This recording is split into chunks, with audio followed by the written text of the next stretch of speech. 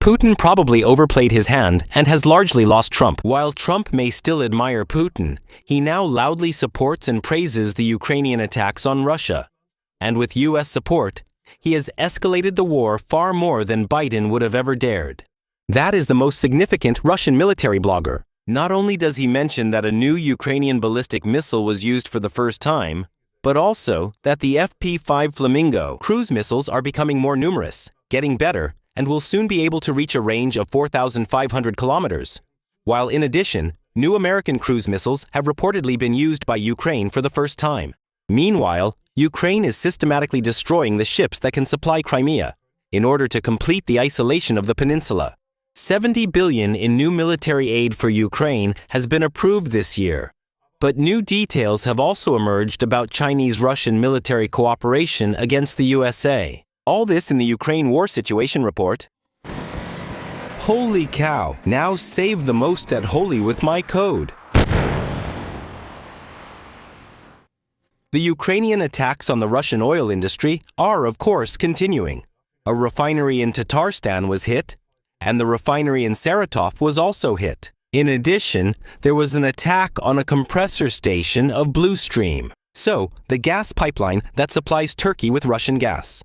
Russia is now stopping the export of diesel in order to meet domestic demand, which shows the success of these attacks. And according to Reuters, Russia can now only cover 2/3 of its own gasoline needs locally through its own production. On top of that, there are of course logistical problems and losses along the way. The company responsible for garbage collection in Crimea just had to pay 300 rubles per liter through the state because the state guaranteed the company fuel, and the price was 300 rubles per liter, which is equivalent to 3.41 euros.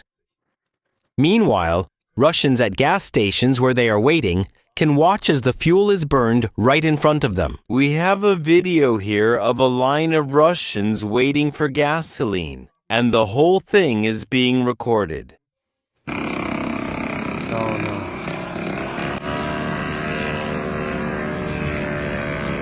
What a sucker. Explosions occur in the background as Ukrainian attacks happen simultaneously. The Ukrainians have also attacked an airfield in Voronezh, where Sukhoi 30, 34, and 35 were stationed. According to the footage, it seems that a hit was made on the fuel depot and the aircraft parking areas. If we look at this here, it's clearly a fuel depot. And the second fire was roughly where the aircraft were parked. And at least according to Militani, several aircraft had been there the day before. Whether any were actually destroyed on the ground during the attack has not yet been confirmed. Ukraine says it intercepted 90% of all cruise missiles and drones in June, but only 40% of ballistic missiles. So there is still a very high interception rate for drones and cruise missiles. But there are still huge problems with ballistic missiles. In its attacks, Russia of course hits civilian targets, but not only civilian targets. Here, a large ammunition depot in Vishneva was destroyed. The Ukrainian government is initiating criminal proceedings. I haven't seen exactly why. I don't know if it's because of a breach of secrecy or against those responsible. That's still unclear. But here we can see the ammunition detonating. There was an explosion, a big explosion, after a Russian strike. Trump now says he supports Ukrainian attacks deep inside Russia. He says they would be an escalation that could end the war. And of course, that's simply a statement of fact. We've talked about this on the channel several times, that in order to end the war, both sides have to reach a point where continuing the war no longer makes sense. And that, above all, pressure must of course be put on Russia. This was discussed here on the channel at least a year and a half ago when it came to Trump's peace efforts. This has now obviously been explained and expressed by Trump in just that way. It has long been known that in the past 18 months, the increasingly effective attacks by Ukraine on Russian oil facilities were made possible by US intelligence agencies. Here from the New York Times. Despite all explanations and all pressure on Ukraine, the US has at the same time also increased the pressure on Russia. Secretly, however, the Central Intelligence Agency and the US military, with its blessing, that is, with Trump's blessing, were strengthening a Ukrainian offensive, a campaign of drone attacks on Russian oil facilities and tankers. aiming to cripple Putin's war machine. When the campaign began to show its first results, Radcliffe discussed it with Trump. The president seemed to listen to him. They met regularly on Sundays to play golf. According to U.S. officials, Trump praised America's covert role in these strikes against the Russian energy industry. They gave him an excuse and bargaining power, he told Radcliffe, while the Russian president continued to string him along. Attacks on the energy industry would cost the Russian economy up to $75 million per day, according to an estimate by U.S. intelligence. The CIA would also be authorized to support Ukrainian drone attacks on ships of the Shadow Fleet in the Black Sea and the Mediterranean. Queues would form at gas stations all over Russia. So we see here that these attacks were clearly supported by the U.S. Trump put massive pressure on Ukraine to make peace. At the same time, as we can see, he also enabled Ukraine to put pressure on Russia in this way. He let himself be convinced by Putin in 2025 that Ukraine is inevitably heading for defeat. And he wanted to force them into peace with further concessions to Putin, and thus make peace possible. When Zelensky did not approve this, Trump temporarily suspended intelligence and military support for Ukraine to punish and exert pressure. Now he supports a tougher line than Biden himself. Putin squandered the opportunity he had with Trump out of greed. That could prove to be a second major strategic mistake, alongside the start of the war itself. And of course, it may not be Putin's last major strategic mistake.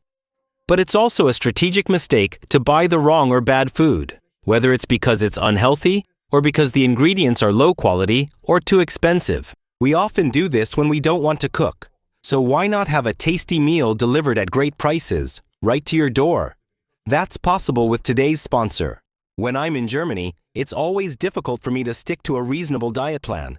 There are too many temptations that I haven't had in a long time. And when I'm at my parents' place, I don't want to constantly ask my mother to cook for me. So during my last visit, I just tried Prep My Meal, and I have to say, I'm impressed. There are over 60 dishes waiting for you in the shop, divided into regular single meals and XL meals for a bigger appetite. Whether it's high protein, vegetarian, vegan, low carb, or gluten-free, there's something for every diet and every goal. And since new dishes are added every month, it never gets boring. What I especially liked is that all nutritional values, including calories, are fully listed. Meal planning becomes a breeze with this.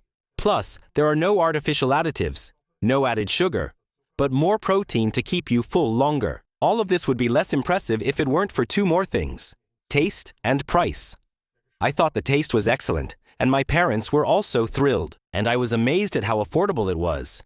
Without any discount, mind you. Over 300,000 customers apparently share my opinion, because Prep My Meal has a rating of 4.4 out of 5 stars. Right now, until July 13th, the big summer sale is on. So you can try Prep My Meal at a really great price. With my code, you get a 15% discount. Combined with the sale promotion, you can save up to 25% in total. That means XL boxes starting at just 4.44 euros.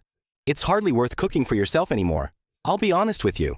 It's really a shame that I can't use it every day, because unfortunately, Prep My Meal doesn't deliver to Panama. But the taste is great. Very healthy meals are available, and the price is impressively low for what you get. All without much cooking effort. In addition, everything can be kept frozen for up to 6 months, and is prepared in under 10 minutes. Delivery is chilled and arrives on the day you choose. If you ever don't like something, the 30-day money-back guarantee applies, so the risk is not on you. Also, save up to 25% now during the summer sale at Prep My Meal with my code MILITAR. The link is in the description. Take the opportunity to try it out and stock up your freezer with a larger supply right away. Thanks to Prep My Meal for supporting this video.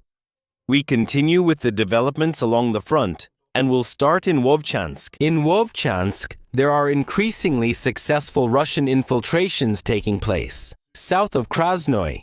The Russians are increasingly managing to cross the Vovcha, the river here. In recent days, Russian soldiers have advanced south here. They have also taken and consolidated the first territory beyond the border. Beyond that, there has been relatively little development. We also saw a Russian attempt to advance near Sloviansk, which once again shows us the depth at which Russian infiltrations are sometimes taking place, namely here at Prysyp. At Prysyp, we have Russian soldiers who are attacked there and killed by the Ukrainians. And we see that's again roughly 7 kilometers behind the front. So we can see the pattern we've been observing.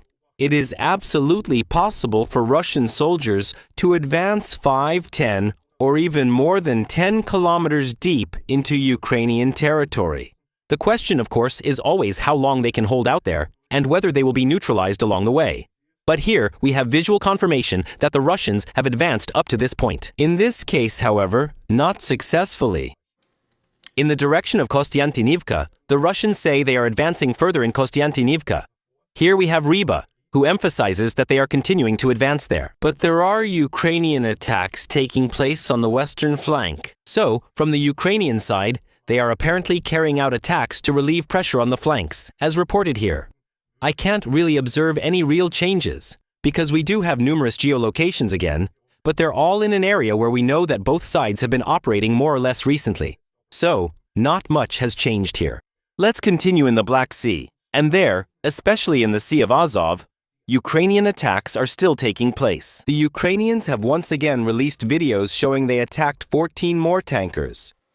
As you can see here, the attacks on the ships continue, and one strike after another is happening.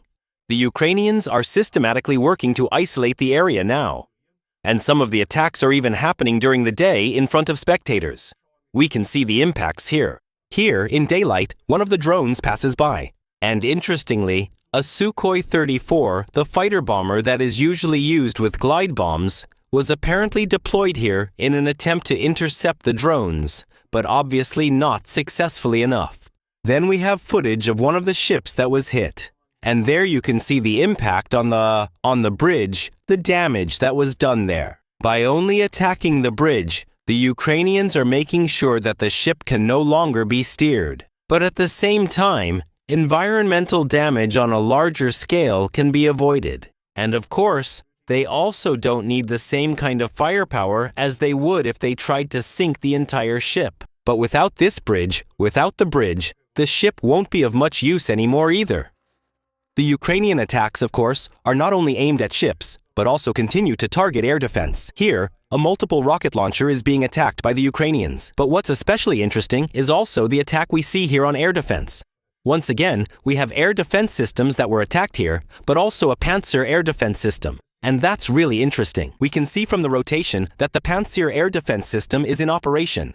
And this here is the target tracking radar. That means the Panzer air defense system is looking at the incoming drone. But for some reason, it is not able to intercept the drone while it is looking in its direction. We can see it has missiles on board. Besides anti-aircraft missiles, the Panzer air defense system also has onboard cannons, but they're not firing either. That's remarkable in this regard, that the attack happens without the Russians even being able to defend against it. Ukraine is continuing to work specifically on isolating Crimea. And this will weaken the entire southern front if Ukraine continues to be successful with it. Because ultimately, practically this entire area here is becoming increasingly isolated. That means there will be less artillery fire there and fewer drones, because all of that, of course, has to be brought in. Fewer operations are also to be expected. Due to a lack of fuel and air defense there, it will become more difficult and will have more and more problems relocating or even just getting fresh ammunition. Repaired vehicles that are there will increasingly be harder to repair because they can no longer be moved, since spare parts can no longer be brought in. The soldiers on site will also be able to rotate less and receive less supplies. So Ukraine is weakening Russia's position in the entire south without even having to carry out any significant offensive operations of its own. Recently, Ukraine has been conducting offensive operations here along the former Kakhovka Dam. But from what we can see, they have not had success deeper into the area. So they have pushed the Russians back there, but not to any significant extent. Certainly not in any operational sense, on a scale that would be of operational significance.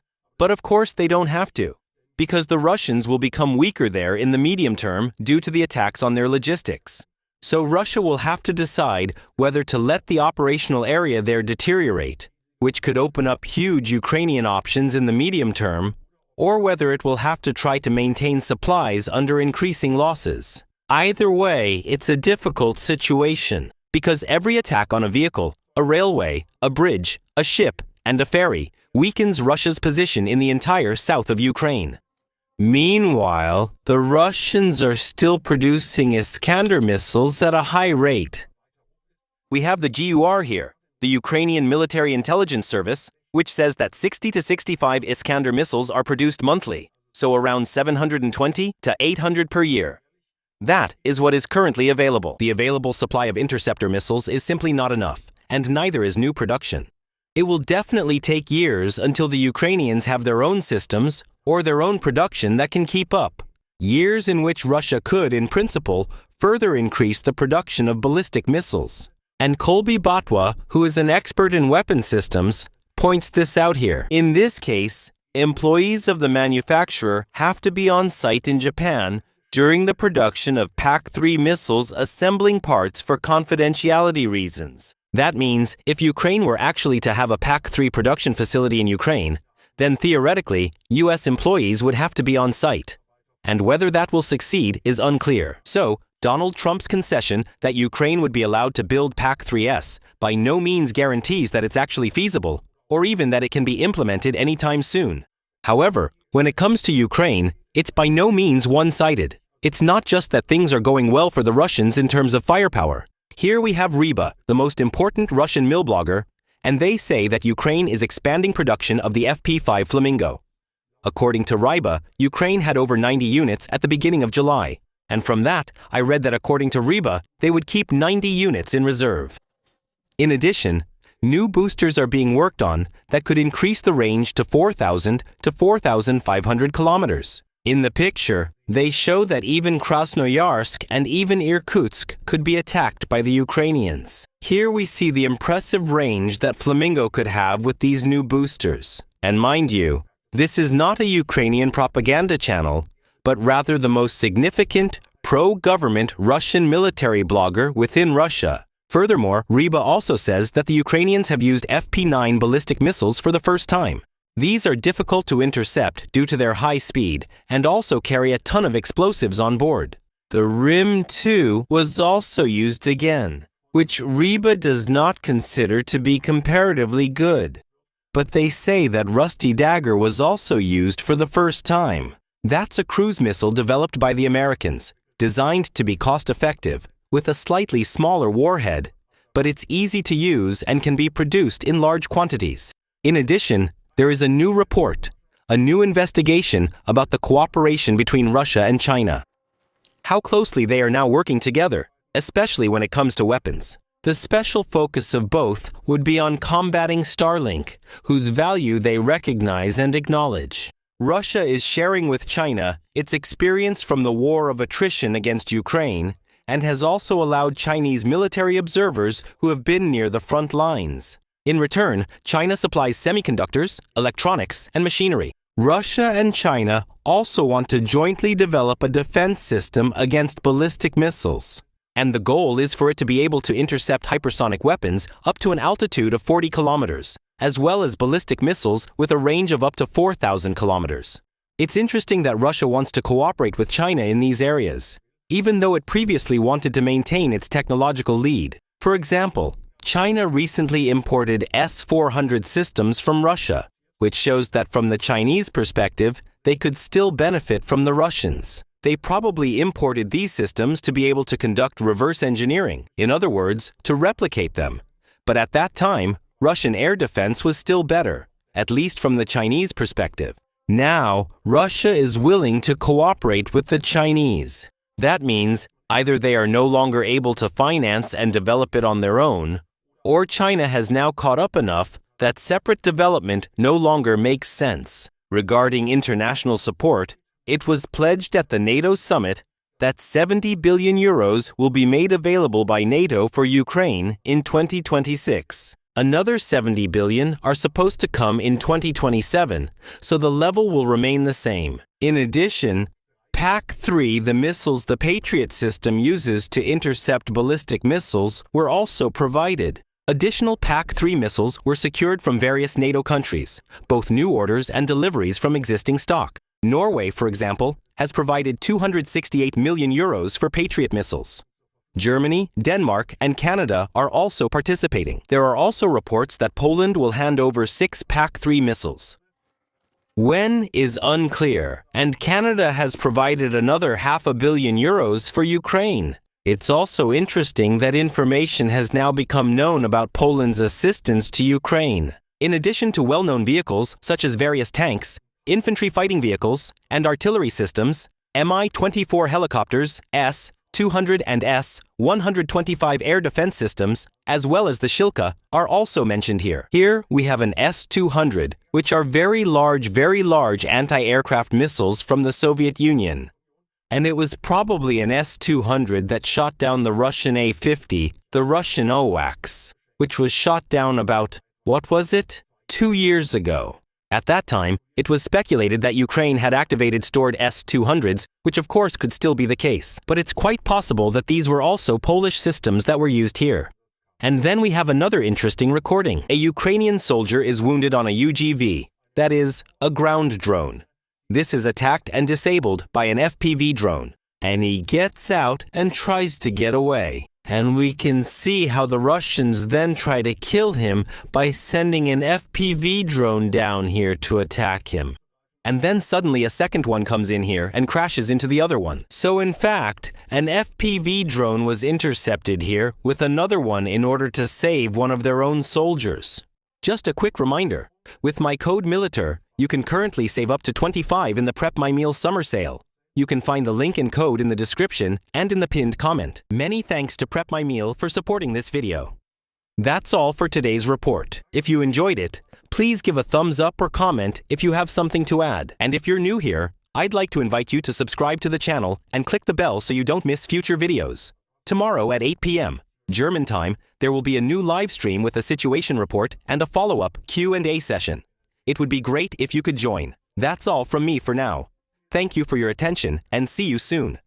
Thanks also to the supporters on Patreon, as well as here on YouTube. Special thanks to Lieutenant Colonel Mahamuri, as well as to Lieutenants Robert Viel, Immelkopf, Floja Capri, Bertenment, Lichtschatter, NTX, Merle Malermeister Nagel, Marcus F. Alex Rosenthal, Matt Best, Mütter 1000 Janisgu, Cunningham, Jöstress, Finn, 5 Farb Flecktan, Jans vom Eck, Uwe Dufresne, Nickname to Nickname 2 Bib, Carsten Schulz, Tequila 42. Thank you very much. Without you, this wouldn't be possible.